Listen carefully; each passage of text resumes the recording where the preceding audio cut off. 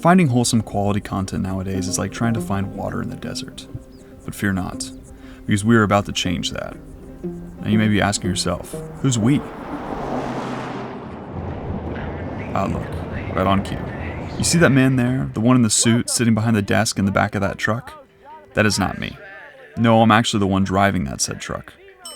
The guy in the suit is my best friend John Cox, and we are on a mission to open the eyes of every person on this planet, if you choose to come along for the ride. Come and lay your hands on me, I believe it's about time. I've been waiting for so long. It's about time. I can feel it coming on. There's a magic moment I've been hanging on. It's about time. It's about time.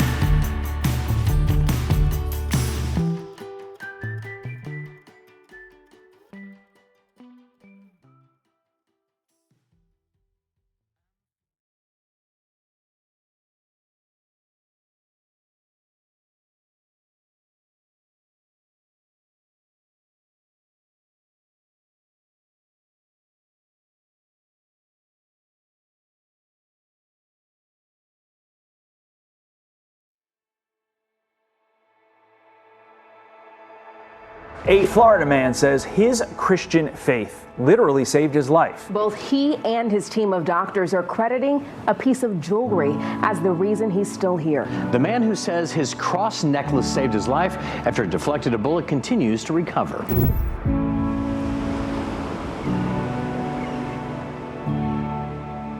John and I have been working on this passion project for over a year now. I feel like today, talking is what we need to do. We chased this story down as soon as we heard the news. That was 4 weeks ago. Once Aidan Perry, the man you're about to hear from, gave us his permission, we packed up our truck and headed to Florida to interview him in person. This is his story. Florida, here we come. Ignore me if I get flamboyant. Okay, I'll probably laugh or something, maybe. That's even better. Okay. Hello and welcome to Can You Explain It? I'm your host, Jonathan Cox, and I'm joined today by Aidan Perry, who I hear was at some friend's house and was shot by a bullet, but was saved by a cross. Can you walk me through that?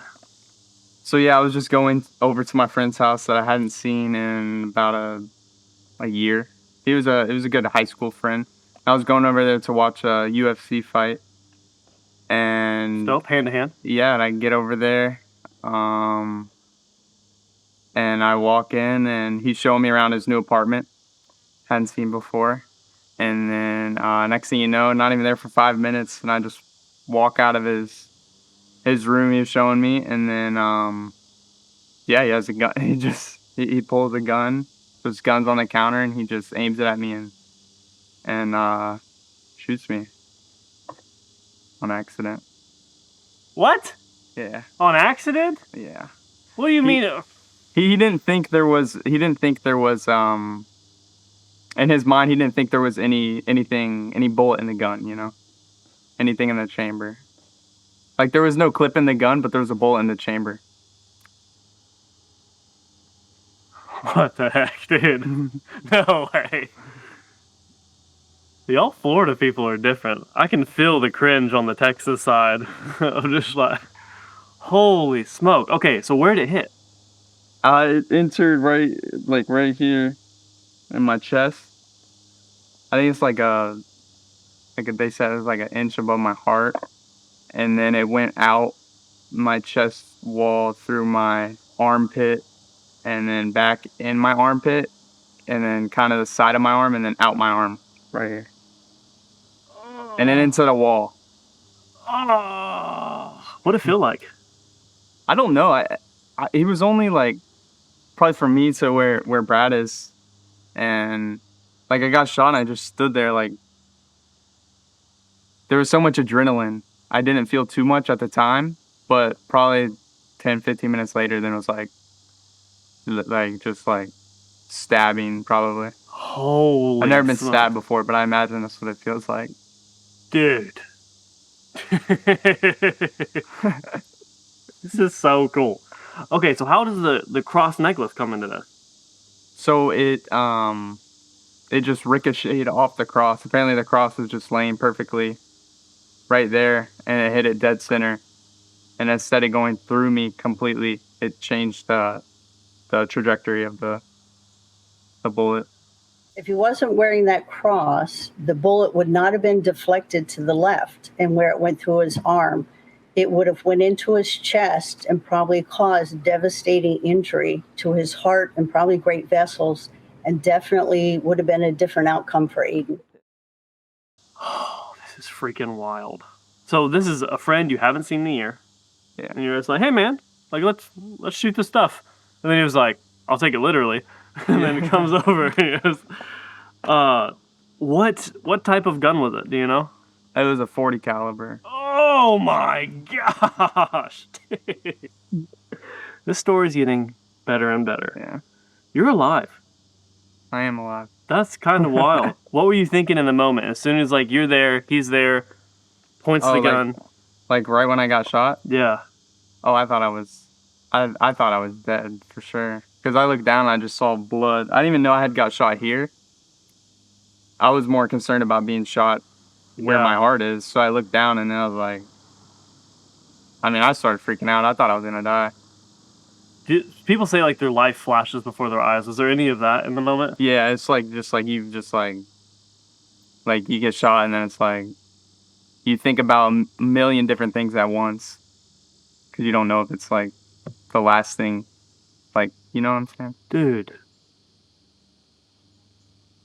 Dang, I want to ask more questions about that. Hold on, I haven't even...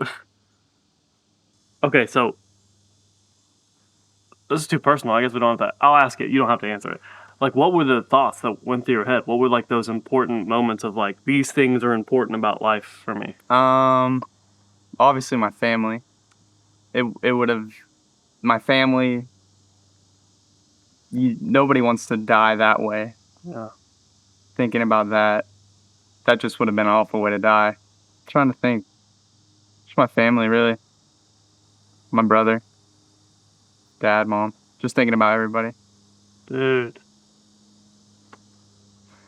This goes out to you, Pops. Not my Pops, his Pop. Oh, okay.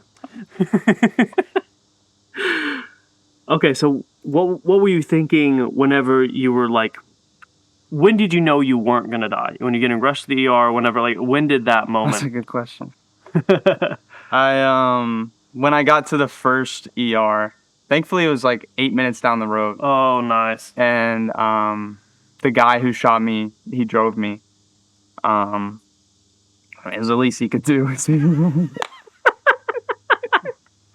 He drove me there, and then I got there, and then I got out of the car, walked inside, and then obviously they're like, oh my gosh.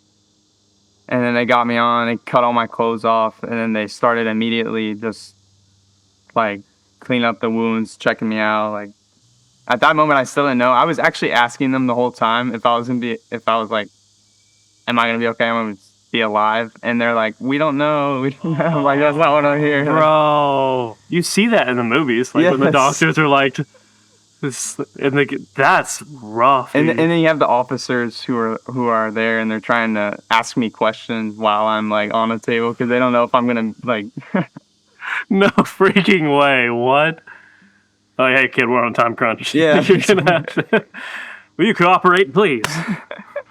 Holy smokes! No way. What was like? Not a lot of people walk through this. So what were those things that you can give out to all the other people that could get shot? Like, what can you expect when walking through? You're going to the ER, you have police asking you questions, you're freaking out because you just got shot what looks to be in the heart, and you're asking these workers, these ER people, if you're going to live, and that's just gruesome on both ends.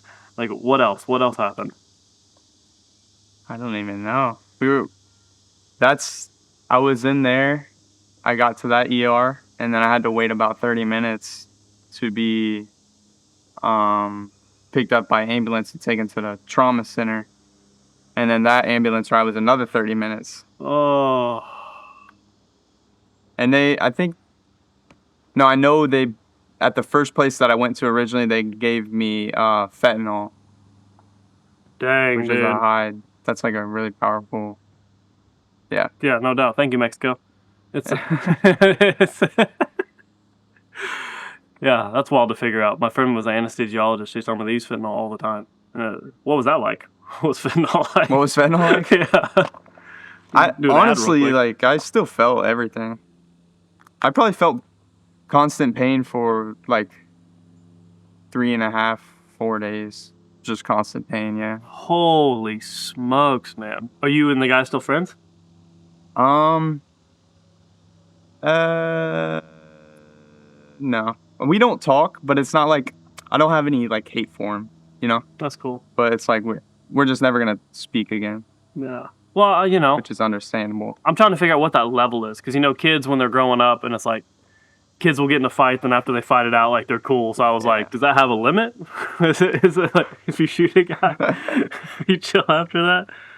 So what's going on with him? Is he in a gang now? Is that what's going on? No. He I'm not really sure what's going on with him. We haven't really spoken. I know there's all the like what's it called? Like legal gab orders? Yeah, legal stuff going on and whatnot. Still, I know he got a misdemeanor. That's dang. That's wild. I don't know how to feel about that. It was an accident technically, but it was a stupid move. So it's like, how do you handle that? That's Florida, so it's like, you know, it's another day. Yeah. Sadly, it's another day for it. If you're a judge, it's like, oh, you just got shot? All right, get out of here, you little rascal. Get back in there. Asked to see it. What? Asked to see it. The necklace. Yeah, good point. It feels weird to transition back into it, like we didn't just talk about it. Okay, so you got shot. When did you know that it had hit the cross? That's a good question. Is that a butterfly? Oh, a butterfly. Majestic. Yeah. Pause for that. I had known that it hit the cross whenever I got to the first ER, they had no idea. And the cross was still fully intact. And then after the 30-minute ambulance ride, they put me in the trauma center. And then when I'm in the trauma center getting checked out by like all the surgeons and like the lead doctors and stuff, that's when they saw it. The lady who like first saw me, she saw it. And then all the doctors like came around me and like were like, "Oh my gosh!" And they like started taking pictures of it. I think. Dude, what? Stop! No, you're on the table. And they're And then I was this is funny. I was on the table in the trauma center, and I just remember like this. I think he was like the janitor, and he was in there, and he heard me telling the doctors because they want you to speak with them, like they want to hear you talk with them so they know you're okay. Yeah. So I was talking to them. They were asking me what I was doing tonight, and I just told them I was trying to watch a UFC fight. And then they asked me who, and I said Sean O'Malley. And then yeah, Sugar Sean. Yeah, and then the janitor like is walking by and he's like, "Who did you think was gonna win?" And I was like, the guy, I forget who he fought, but not Sean O'Malley. I didn't think Sean O'Malley was gonna win, but I was like, I hope he wins. And then he's like, "Yeah, I put the house on Sean O'Malley tonight." Dang, what? So you both had a lot riding on that night. Did he win? No, he didn't win. Oh. Yeah.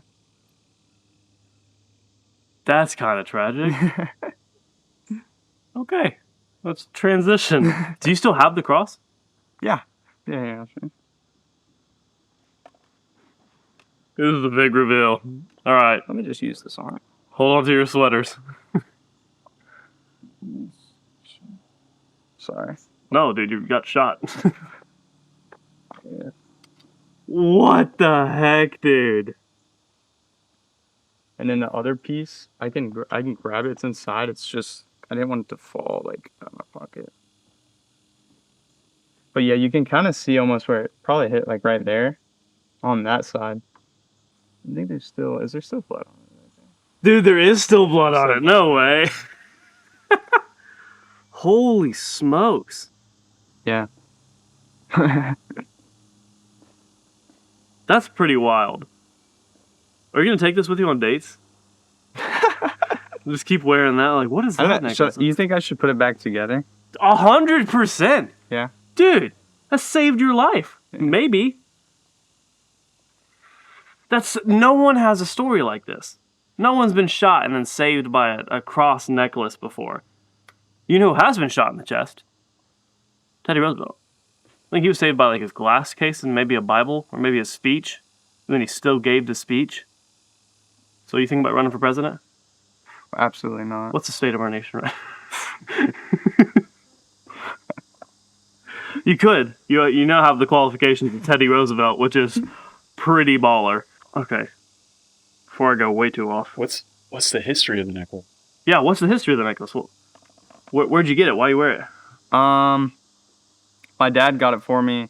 It's actually the only thing I asked for Christmas last year, and I got it, and I've just put it on since then.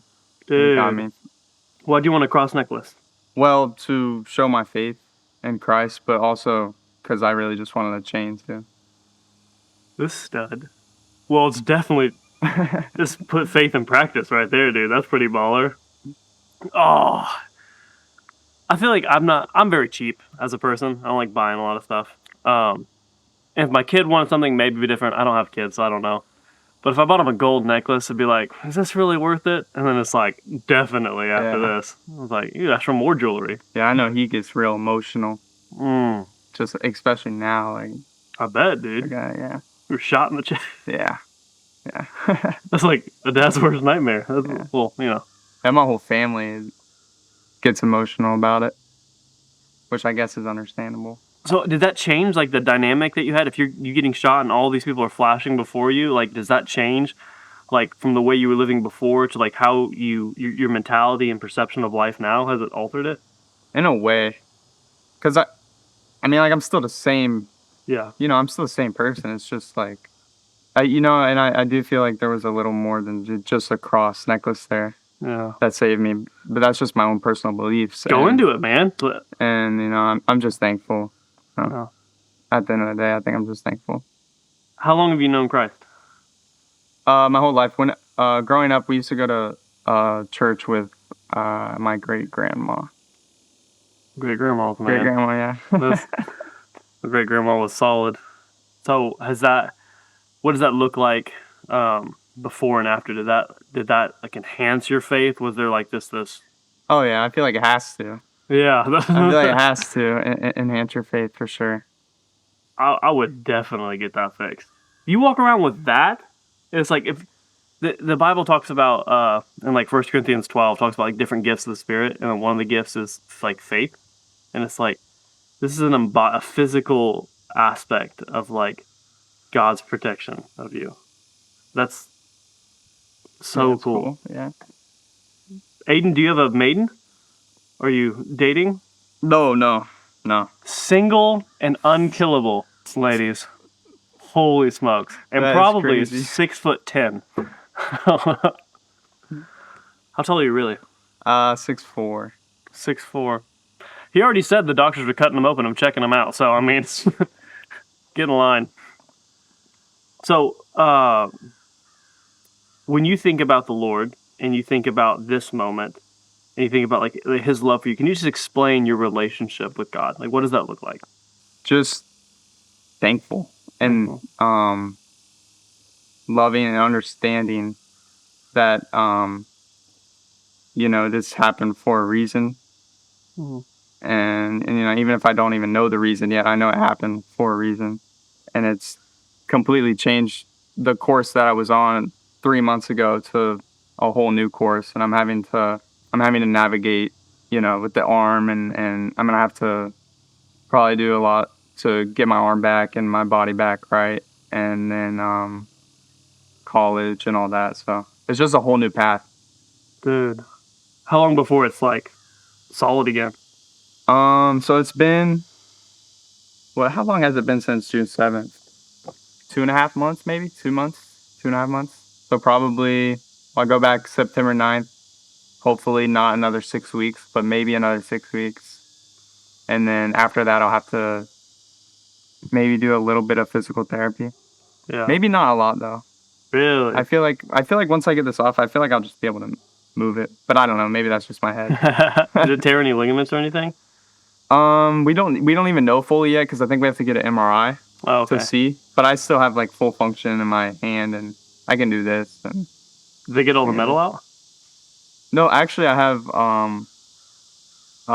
fragment in my chest, and I don't know if there's any in my arm. They're gonna give you an MRI with metal in you? I think so, but only on my arm. I think if there is metal in my arm, there might not be. Is lead magnetic? No, It's not? I don't think so. I think it's good because they did X-rays and stuff on, like they've been doing X-rays and stuff. Actually, it's fine. I remember MRI is a giant magnet. It's so cool. MRIs are dope. They I'll nerd out. They're sick, but it's basically an enormous magnet. So that's why I say you can't have any metal in the vicinity because it will just suck it into it with like crazy strength. It will just rip it out of you Really? if it's magnetic. Yeah. Quick transition. What about this story do you think God intended for you to share? That's a good question. I've never been asked that question. Welcome to Can You Explain It? Wait, can you say it again? It's great. Yeah, what was it? So, you were just saved. Your life was just saved. You've been saved by the cross twice now, spiritually and physically. What about this story do you think God intended for you to share with others? Well, I think obviously the cross and believing that somebody is there always, and gun safety too. You know, that's a big thing. You know, you should never point a loaded or unloaded gun at anybody without the intent to use it. So I think that's another big thing. This will probably be used on gun safety videos for a while. Yeah. Say hi. Tell them it was a dumb idea. So is there anything you want to like talk to the people directly, like knowing that you were just saved, knowing the life experiences and life flashing before your eyes, and realizing what's important? It's like, what type of wisdom would you like to give to anyone out there that's watching this, that's seeking something deeper, that wants to understand more about life? And you just had one of the most like rare and intense life experiences that there is. People out there are hungry for answers, and you just went through something that not a lot of people would. So what wisdom would you give them? What encouragement would you give them? You know, if you're going through something, just whatever it is, just try to stay strong and just keep pushing forward. Even if it's little tiny steps at a time, just keep going. Eventually you're gonna get there. Oh. Freaking Aidan, man. Holy smokes. You're a cool cat. You're a cool cat. Oh, thank you, you son of a gun. You got shot in the chest. That's what my ortho says whenever I go and I tell him it hurts. He's like, yeah, you just got shot. That's so funny. Like guys do that, just underplay it. It's like, you know. Are you gonna use that as an icebreaker, like on your next date? Probably. It'll probably get asked because a lot of times people just see my scars on my arms and ask like, how did that happen? And now I have this one to tell. And now I have this one to tell. How'd you get that one? A pit bull attack. Nature keeps coming for this man, but Aidan's staying strong. Yeah, I know. It's crazy. So you were how old whenever the pit bull happened? Young enough to not even know what age, like not even remember. I want to say like 11, 12. 11, 12. And how old are you now? That was elementary school, like 3rd grade. Oh. So how old would that be, 3rd grade? Like 10, yeah. 10, yeah. 10. And how old are you now? Yeah, I think it was when I was 10. 20. You're 20 now? Yeah. 10 years later? 10 years later, yeah. Bro, you better look out for 30. Wait, yeah, something happens every decade. 30 better look out for you. Return of Aidan. After he's gone this, like, your degrees in, what's the actual name for it?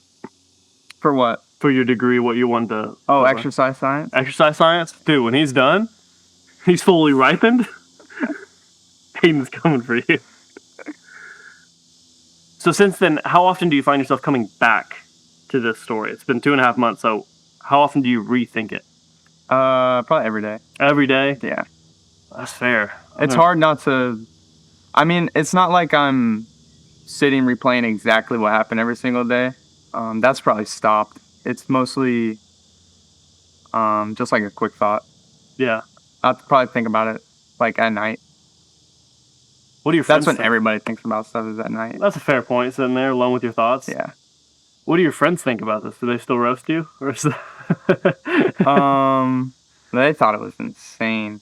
Actually, my closest friend that I grew up with, he was there because it wasn't just me and that guy there. Oh, no way. There was like 4 people there. 4 people there. There was 4 people there. And I went because like my best friend was there, so and it's actually them 4 on. All 4 of them were on the side of the kitchen, and then it was just me. So it was like all 4 of them looking at me, and then I got shot, and it was so loud. What were their reactions? Oh, nobody said anything. Everybody just went like this. They're like, The same guy that shot you? Like, was that his reaction too? yeah, he was. They were stunned. Like they couldn't believe what just happened. Who was the first to move? Me. What? Look out, life. Aidan's coming. Another thing is, another person that was there, he's in the military, and he shoots like these kind of guns like all the time. And he was telling me like probably a month ago that he was just like stunned because I had just gotten shot, and I didn't move. Like it just like hit me, and I just stood there. Like I didn't fall to the ground. I just stood there. It's not like in the movies where you go flying through the sheetrock. Yeah. They're probably expecting that to happen, and it didn't happen. Yeah. Really, like. So where were you headed in life before this event? What were your passions, your goals, aspirations? A personal trainer, but I was just going from house to house, all my clients that I had, and just doing one-on-one assisted stretching, like 50-minute stretches. Whoa, that's huge. Yeah, and then making a little money on the side and going to college for the same thing. You stud. What was people like that need a stretching? Like, what's your clientele? You probably won't drive to Oklahoma, but I need it. Well, out in the villages, really the clientele is anything, but like out in the villages, it's like it's a retirement community, so they're 65 plus. This is turning into one big dating profile for you. This man is taking care of the elderly, stretching them out while going to school, taking bullets, fighting off herds of dogs. Okay, sorry. Interrupted.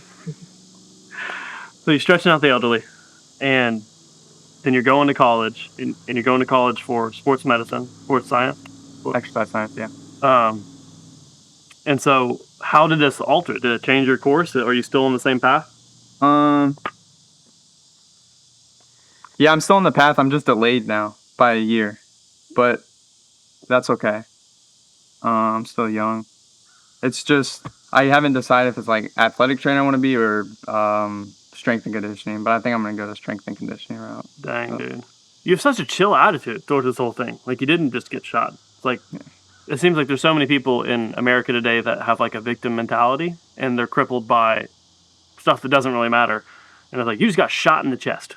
That's a pretty big deal. And yet you were so nonchalant about it, and you were so focused on your goals, and so like, oh, this will pass, and able to move on. What advice would you give to just people when it comes to like dealing with hard things and moving forward? Because you're rocking and rolling. Just keep a strong mindset and just pray about it, and he'll take care of it. Take care of it, yeah. So why, maybe we already asked this. Sometimes I ask questions and there's like this format. But why do you think this happened to you? I don't know. I don't know yet. I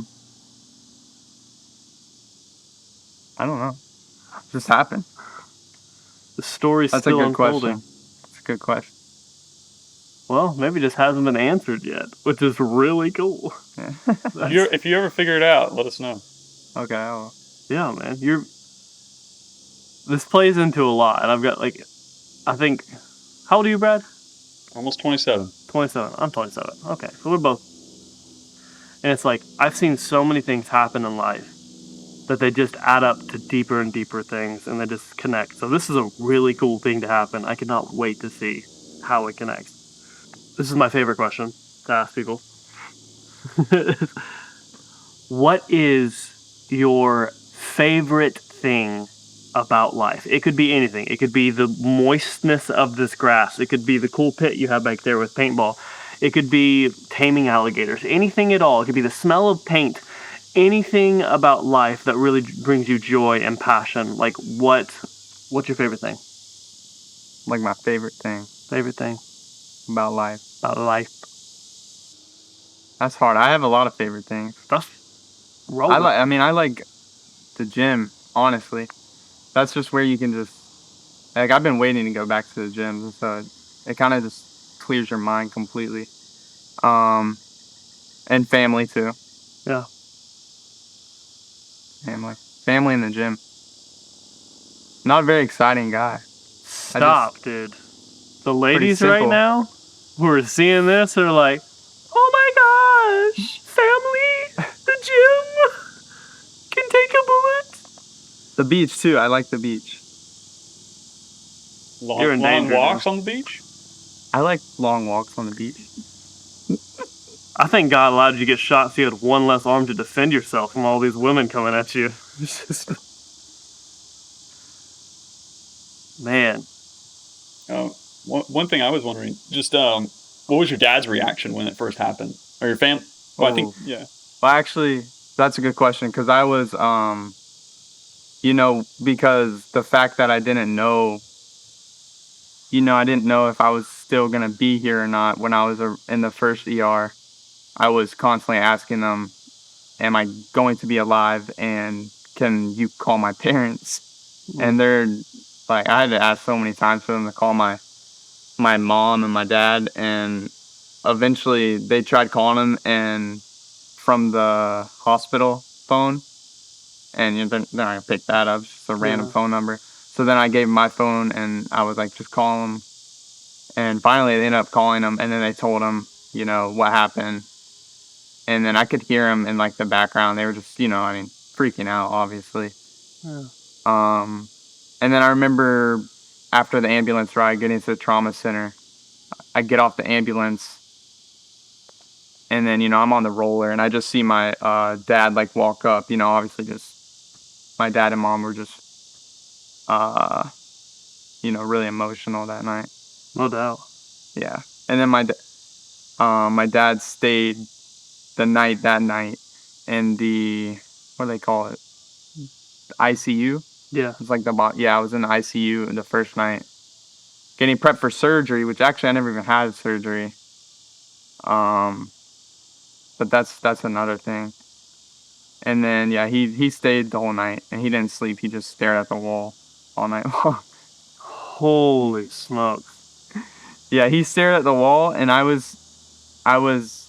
sleep either. I was just looking at the, like the thing on movies that reads like the the monitor that reads your heart rate. Yeah. It would, like, I swear it would flatline, and I would look at it and I would be like, I would freak out. My dad's like, you're fine. Oh gosh. Is he pissed with the guy? Oh,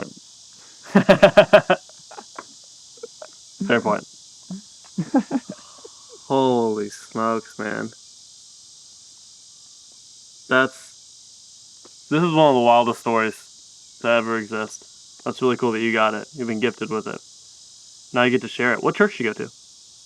I actually haven't been since getting shot, which people might say is crazy, but I haven't been. You always got to heal up a little bit. So. Yeah, that's another thing. I can't even put a shirt on. Yeah. Who needs a shirt? We bought these shirts. Just cut it out so I can just slip my arm in. Let's roll in like that, Yeah. man. Are you like non-denominational? Or are you like Catholic? Are you Baptist? What does that mean?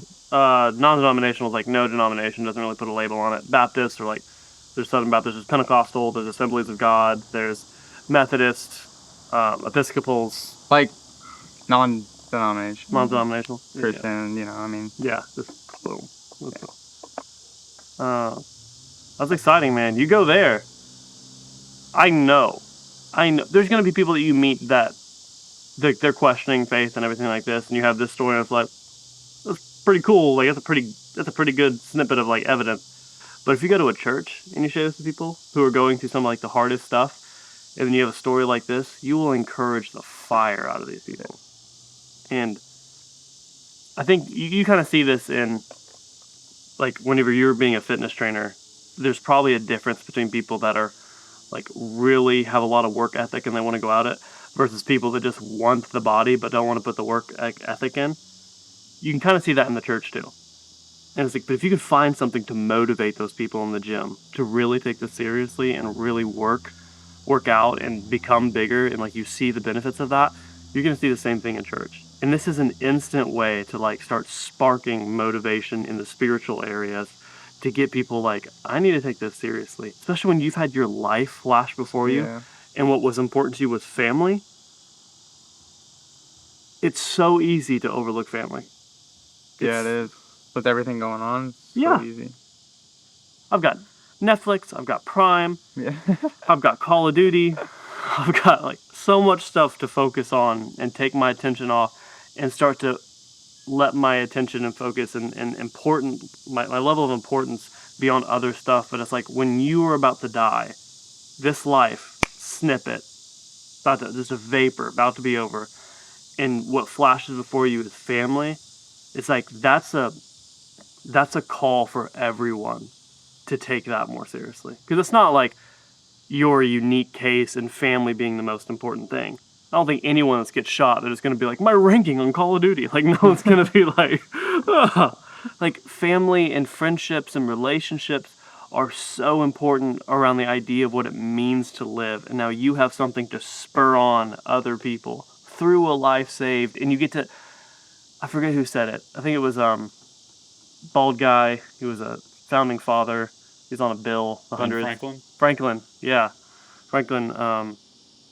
Benjamin Franklin. He's like, most people die when they're 25, but they're not buried till they're 75.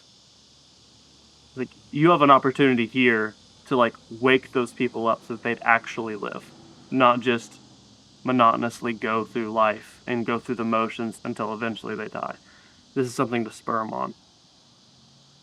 You get to be a physical and spiritual trainer. It's pretty cool. Pretty cool, Aidan. That's pretty cool. Thank you for sharing this story. That's bold. Yeah. It's bold to get shot in the chest. It's bold to go in front of people and tell a story. It's bold to use this for your Tinder profile. It's bold to... Welcome to 4 strangers into the back of your yard. Yeah. In a suit. I will say, like, I can't remember if it was Fox.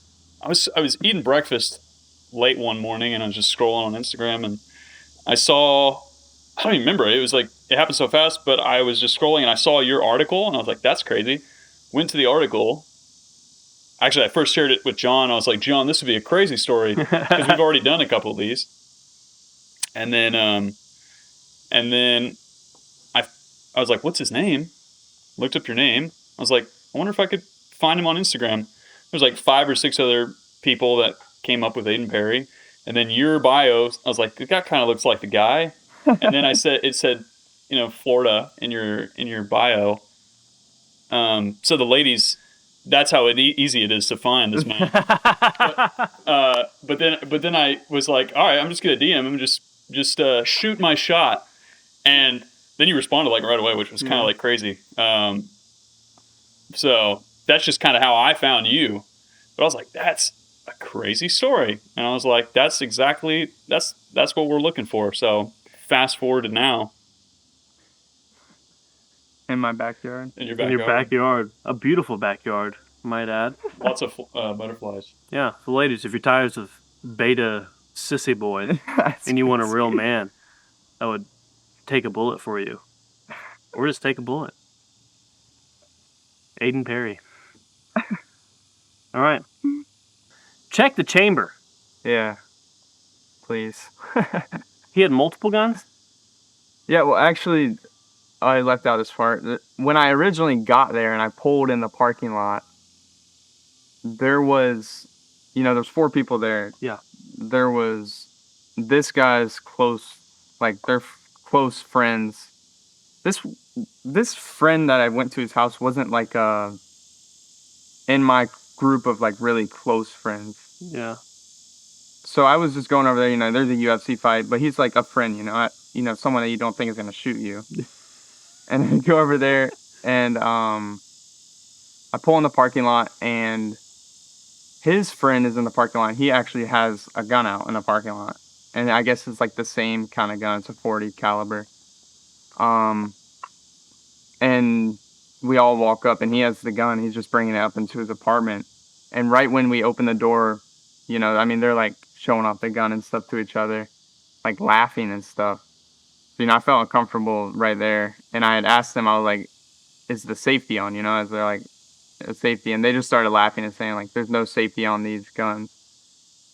And then right there, I was kind of like, all right. And then I went in the apartment and then, and then not the guy who took a gun up. That's not who shot me. That was somebody else. But the guy who shot me, he started showing me around his apartment.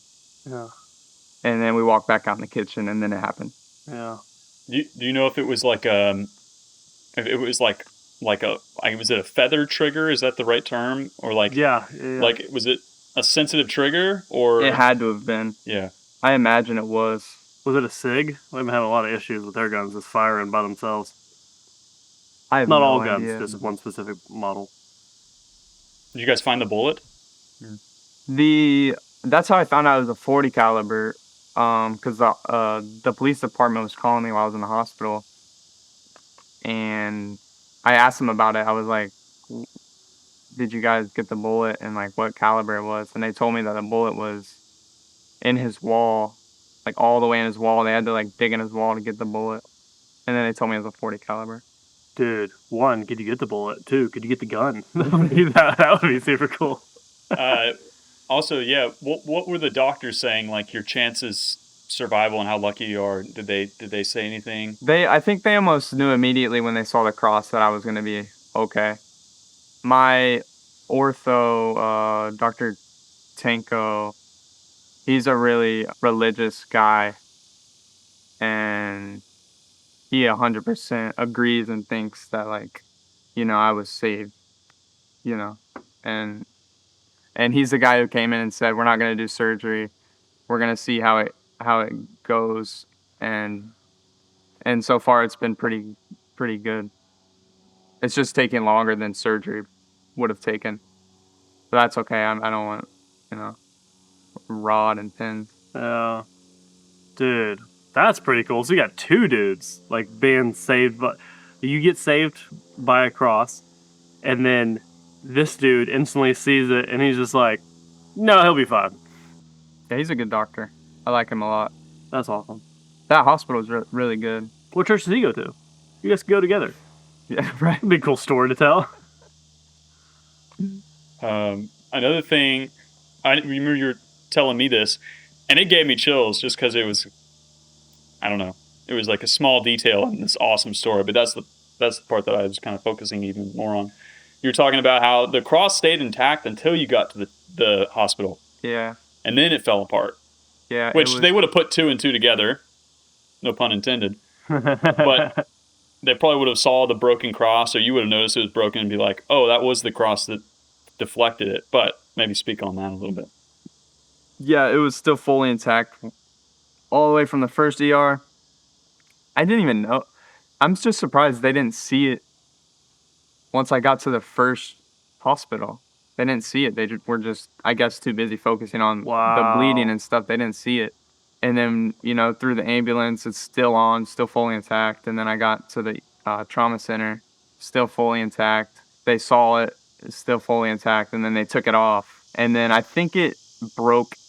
I think my mom, held it in her hands and it just broke, I think that's when it broke. I think the reason why it was, I don't know, I was just thinking that the thought was just coming into my head of like, God's protecting you in this moment, right? And the cross kind of symbolizes that. And then when you get to the hospital, you know, it breaks when you're okay. Like, you're in a safe place. You're away from that apartment. You're away from that environment. And they've got you now. And it's like a handoff. And then it's like the cross breaks. That's what gave me chills when you were talking about it. I was just thinking about that, but... Yeah, I like that. That's a good way to put it. I'm telling you, we need 2 chairs here, Brad.